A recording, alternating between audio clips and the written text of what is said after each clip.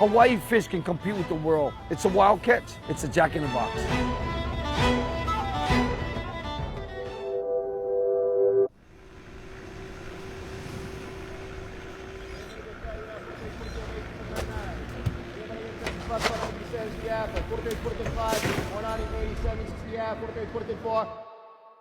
The fish business is early in the morning, as you can see.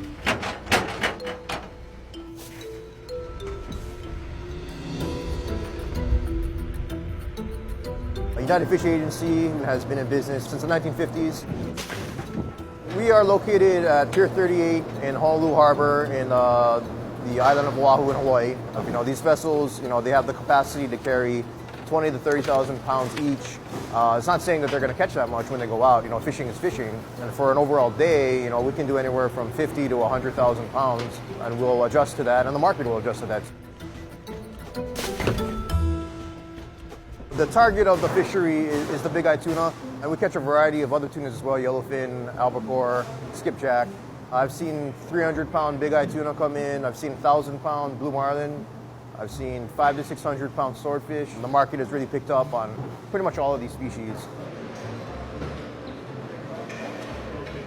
The fish are palletized and they're taken out to our auction floor, where it's prioritized by tunas and then the incidental catches. Size does not always equal better quality. You can't tell just by looking at the external parts of a fish to see if it's going to be great quality. That's why we do the tail and the coral cut samples on tunas. And that adds, again, the variability to how we do business here.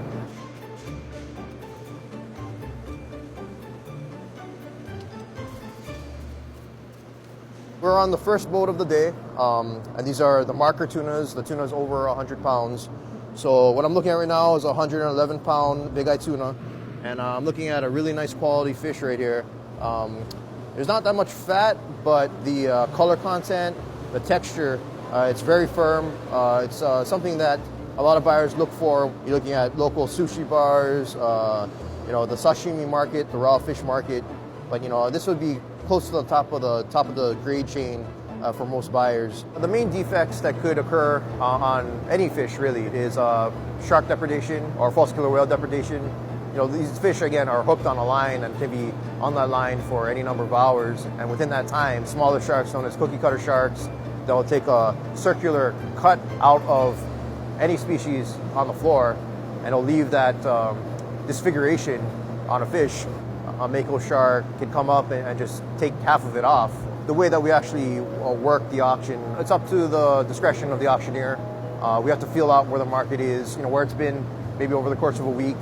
If a number one is worth between $8 to $10 a pound, to make sure that we start the bidding at least that, if not higher, just to make sure that we don't undervalue it. And once we start the bidding, we'll start at $10 and nobody bids. We'll go to $9.90, to $9.80, to $9.70, and so on until a buyer puts his hand out and bids on that fish.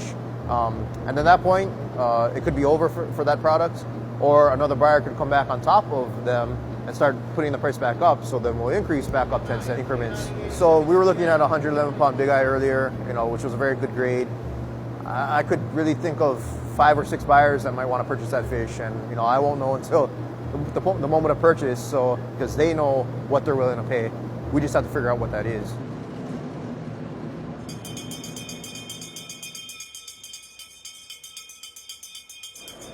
The difficulties of buying fresh tuna is basically we can only see the tail cuts and grade upon the tail cuts and the exterior and the collar. But until you cut the fish open and really see what's inside, it can be very, very good, or it can turn out very, very bad.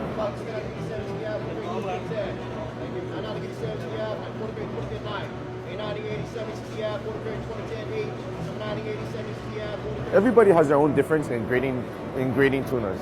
My number one may not be your number one. If you was to grade, maybe you might grade another tuna as the number one. Every day I try to hype myself up and think that I'm buying the best for my customer. Colors and certain feels of the fish, it's talking to you.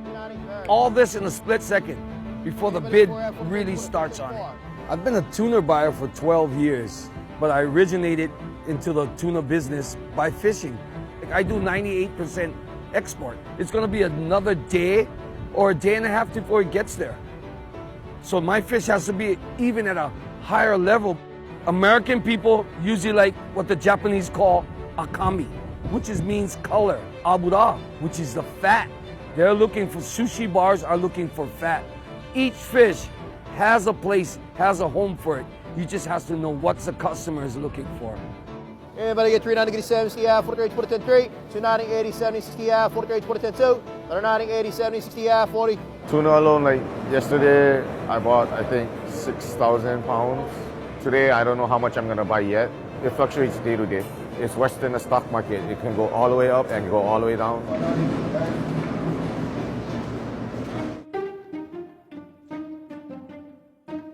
The personalities that come with dealing with a multitude of buyers, everyone's friends, but it's business. And when the competition starts, it can get a little heated. If the customer's calling and telling me he needs this fish, I cannot not get it because of a friendship or because of something else. I've gone to some strategy moves to get some fish. I'm not going to say that I've been all nice about it. You have to do what you have to do to get your customers. Because if I don't supply him, believe somebody else will. They'll get angry at each other, they'll get angry at the auctioneer. And as the auctioneer, you have to be impartial, you have to maintain your ground and really hold up the standards that we're trying to set here. We argue, nitpick, and stuff on a daily basis here. After we walk out of here, we can shake hands and go eat lunch and stuff. Tuna is so special to me is because it's the last industry that we have on the.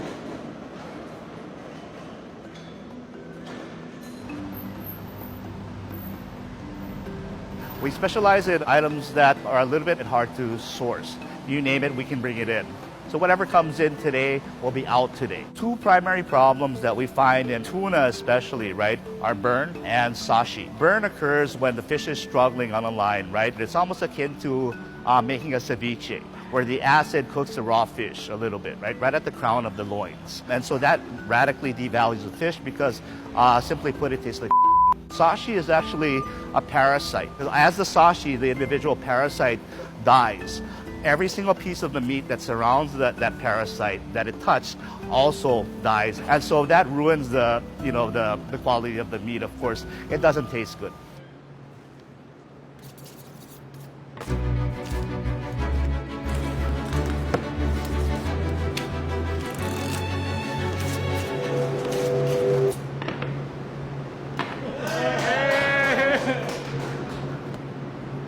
This has a lighter color because it has a higher fat content than this particular loin. This particular loin is pretty much color only with very, very little fat, so it's a very lean fish. As you can see, there's a color change, right, from this ruby red down to this lighter color, right? And so this is the fat line over here. This is your abura. You can kind of tell how fatty it is by just looking at the difference in the color of this fish, right?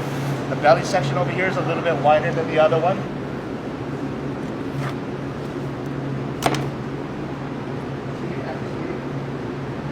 1, 2 finger fat. The special quality about Hawaiian line-caught tuna is something that is difficult for me to describe because having grown up here, it's been naturalized. And so I almost take it for granted sometimes that we'll have good quality fish here. We got a nice 18-pound big eye right here. This is a quarter loin. We get our fish through Tropic Fish, and they choose the fish at the auction and send it to us. We prefer big eye for the fat content. A lot of people in Hawaii really prize the more fattier pieces of fish, which is why ahi is usually better in the wintertime, because the colder water means more fat on the fish. You can kind of just see the gradient that runs along. This is closer to the skin side, so that's where all the fat content stays.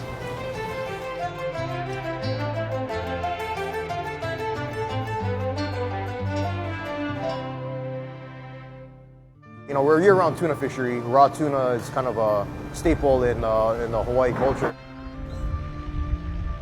I've been in the industry for 20 years now, little over 20 years maybe, and even after 20 plus years, I'm still learning something new daily.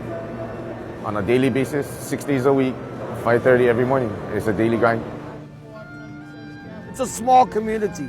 We stay across each other for 12 years back and forth, doing the same product but reinventing yourself every day. You know, years ago, this was truly God's country.